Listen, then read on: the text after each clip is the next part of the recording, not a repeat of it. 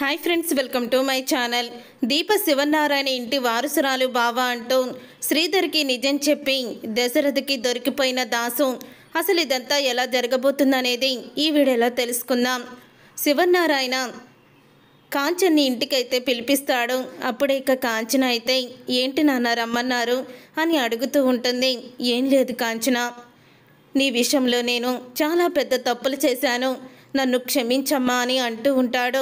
అదేంటి నాన్న, నా విషయంలో మీరు తప్పులు చేయడం ఏంటి అని అనగానే, నీ భర్త తప్పు చేశాడని నిన్ను కూడా నిందితురాల్లా చూసి వెలివేశాను. మీ దగ్గర నా మనవరాలు మాటలు విని ఆస్తిని లాక్కొని మిమ్మల్ని రోడ్డు పాలు చేశాను. ఆస్తి పోయిందని కూడా నువ్వు ఏనాడు బాధపడలేదు. నా వాటా నాకు ఇవ్వమని నన్ను వచ్చి అడగలేదు. కానీ నువ్వు ఒకే ఒక్క మాట అన్నావు, నీకు గుర్తుందా కాంచన? నాకంటూ ఎక్కువ ఆస్తి ఉందని, ఆ ఆస్తి నా కొడుకు అని అన్నావు. నిజంగా ఇన్ని కోట్ల ఆస్తి ఉన్నా సరే ఈరోజు నేను ఏమీ లేని వాడిలాగా, ఏమీ తెలియని వాడిలాగా నడి రోడ్డు మీద నిలబడి ఉన్నప్పుడు నువ్వు కొండంత అండగా నా వెనకాల నా ఆస్తి అయినా నా కొడుకు ఉన్నాడని చెప్పిన మాటలే నాకు గుర్తొచ్చాయి. నీ ఆస్తి ఈరోజు నా ఆస్తిని కాపాడింది, నా పరువుని కాపాడింది, నన్ను కాపాడింది అని అంటూ ఉంటాడు శివనారాయణ. అది విని ఏం జరిగింది నాన్న అని అడుగుతూ ఉంటుంది కాంచన. ఈరోజు నాకు కార్తీక్ వల్ల ఎంతో ఉపశమనం కలిగింది. భవిష్యత్తులో నాకంటూ ఒక ధైర్యం అనేది కలిగించింది. నేను పోయినా సరే నా కొడుక్కి అండగా కొడుకు లేని లోటు మేనల్లుడు తీరుస్తాడనే భరోసా వచ్చింది. కానీ విధిరాత ఈ ఇంటి అల్లుడు అవ్వాల్సిన వాడు వేరే ఇంటి అల్లుడు అయ్యాడు. అయినా సరే నా మనవడు మమ్మల్ని వదిలి ఎక్కడికి వెళ్ళనని నాకు మాట ఇచ్చాడు అని అంటూ ఉంటాడు శివనారాయణ. అప్పుడే కాంచన అయితే కార్తీక్ మాట ఇచ్చాడంటే తప్పకుండా చేసి తీరుతాడు నాన్న అని అంటూ ఉంటుంది కాంచన. మీరు నా విషయంలో తప్పు చేశానని అస్సలు కూడా బాధపడకండి. మీరేం చేసినా సరే నన్ను మంచి కోరుకుంటారు, నా నుంచి మంచి మీరు కోరుకుంటారని నాకు తెలుసు నాన్న అని అంటూ ఉంటుంది కాంచన. అయితే మీ ఇంటి అల్లుడు కాలేదని నా కొడుకు మీరు బాధపడుతున్నారు, కానీ జ్యోత్స్న లాంటి పొగరుబోతుంది నా కొడుక్కి భార్య కాలేదని నేను ఆనందపడుతున్నాను. తన మనసుకు నచ్చిన దీపని పెళ్లి చేసుకొని కార్తీక్ సంతోషంగా ఉన్నాడు నాన్న అని కాంచన అయితే అంటూ ఉంటుంది. తర్వాత ఇక శివనారాయణతో మాట్లాడి కాంచన ఇంటికైతే వస్తుంది. ఏంటి చెల్లి, అసలు మీ నాన్నగారు నిన్నెందుకు పిలిచారు అని అడుగుతూ ఉంటుంది అనసూయ అయితే కాంచనని. అప్పుడు ఇక శ్రీధర్ అయితే కాంచన ఇంటికి వస్తూ ఉంటాడు. గుమ్మం దగ్గర ఆగిపోయి కాంచన్ని మావయ్య ఎందుకు ఇంటికి పిలిచారు అని అక్కడే ఉండి ఆలోచిస్తూ ఉంటాడు. వాళ్ళ మాటలు వింటూ ఉంటాడు. అప్పుడే ఇక కాంచన ఇలా అంటూ ఉంటుంది, ఏం లేదక్క, ఇంటికి పిలిచి అసలు నీ కొడుకు వల్లే ఈరోజు నా కుటుంబం ఇలా నిలబడిందని నన్ను పొగిడారు, చేసిన తప్పులకి నన్ను అంటూ ఉంటుంది కాంచన. తన ఇంటి అల్లుడిగా తన మనవడు వస్తే బాగుండేది, కానీ వేరే ఇంటి అల్లుడైపోయాడని దాని గురించి కూడా నాన్న బాధపడ్డాడు. కానీ దీపని వాడు ఇష్టపడి పెళ్లి చేసుకొని సంతోషంగా ఉన్నాడు నాన్న అని నేను కూడా మా నాన్నకి చెప్పాను అని అంటూ ఉంటుంది కాంచన. అయితే అక్క, దీప తల్లిదండ్రులు ఎవరో నీకు నిజంగా తెలీదా కాంచన అనసూయని అడుగుతూ ఉంటుంది. అప్పుడే ఇక అనసూయ అయితే లేదక్క చెల్లి, నాకు అసలు దీప ఎవరికి పుట్టిందో, దీప తల్లిదండ్రులు ఎవరో నాకు తెలియదు. కానీ ఒకరోజు దాసు నా దగ్గరికి వచ్చారు. నా దగ్గరికి వచ్చి నా తమ్ముడు ఫోటోని చూపించి, ఫోటో అంటే ఫోటో కాదు, అది చేత్తో గీసిన బొమ్మ, దా పేపర్ మీద మా తమ్ముడు ఫోటో ఉంది, చూసి ఇతను ఏమవుతాడు మీకు అని అన్నీ కూడా అడిగారు. దీప ఇతనికి సొంత కన్న బిడ్డ కాదు కదా, తను బస్టాండ్లో దొరికింది కదా అని చెప్పి నన్నే ఎదురు ప్రశ్నలు వేశారు. అవునని సమాధానం చెప్పాను. దీప తల్లిదండ్రులు ఎవరో మీకు తెలుసా అని నేను దాసుని అడిగాను. అప్పుడే ఇక దాసుగారైతే చెప్పింది ఒకే ఒక్క మాట, ఏంటంటే దీప తల్లిదండ్రులు ఎవరో నాకు తెలుసు, కానీ ఆ నిజాన్ని బయట పెట్టే సమయం వేరే ఉంది.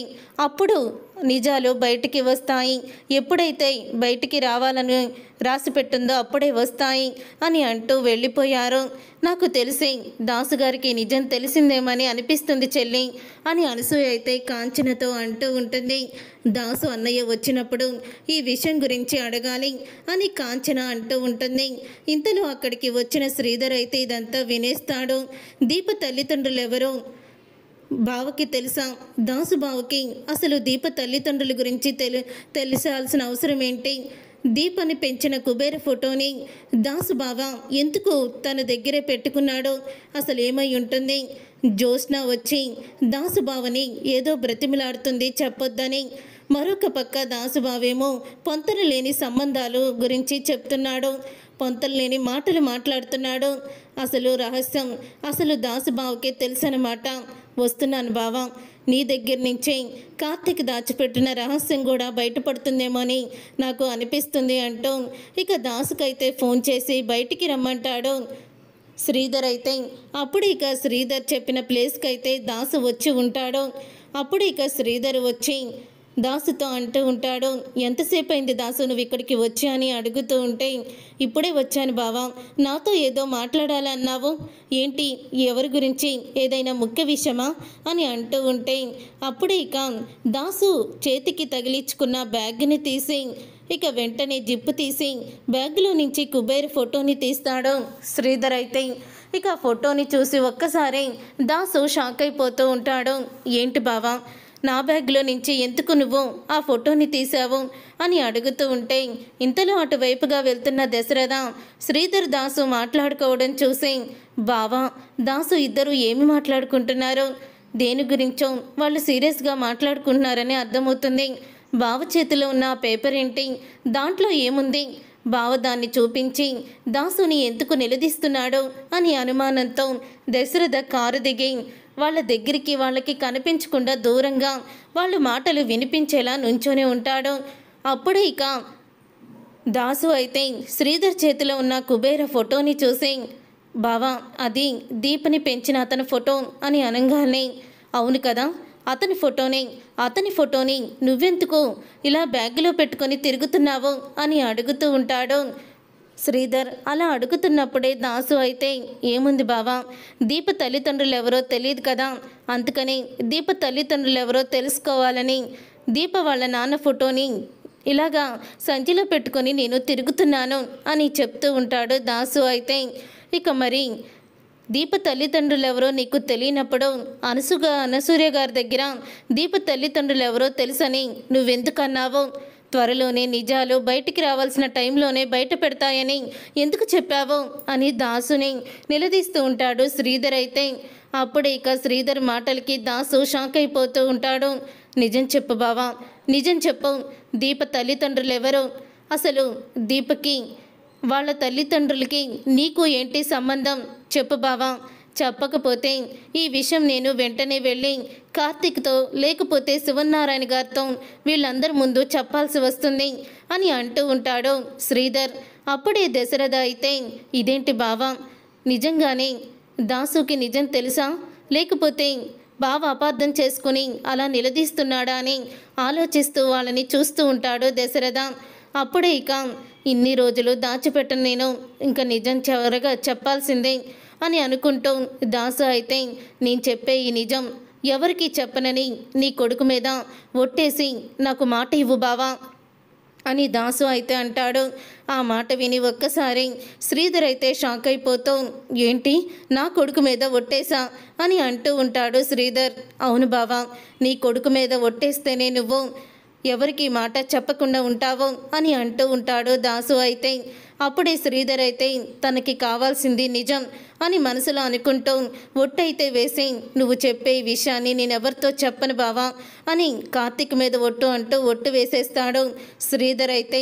అప్పుడు ఇక దాసు అంటూ ఉంటాడు శ్రీధర్తో, నువ్వు అనుకున్నట్టు దీప అనాథ కాదు బావా, దీపే శివనారాయణ ఇంటి వారసురాలు, సుమిత్ర వదిన దశరథ అన్నయ్యల కన్న కూతురు, నవమోసాలు మోసి సుమిత్ర వదిని దీపని కన్నది అని అంటూ ఉంటాడు దాసు అయితే. ఆ మాట విని ఇటు శ్రీధరు అటు దశరథ ఇద్దరు కూడా షాక్ అయిపోతూ ఉంటారు.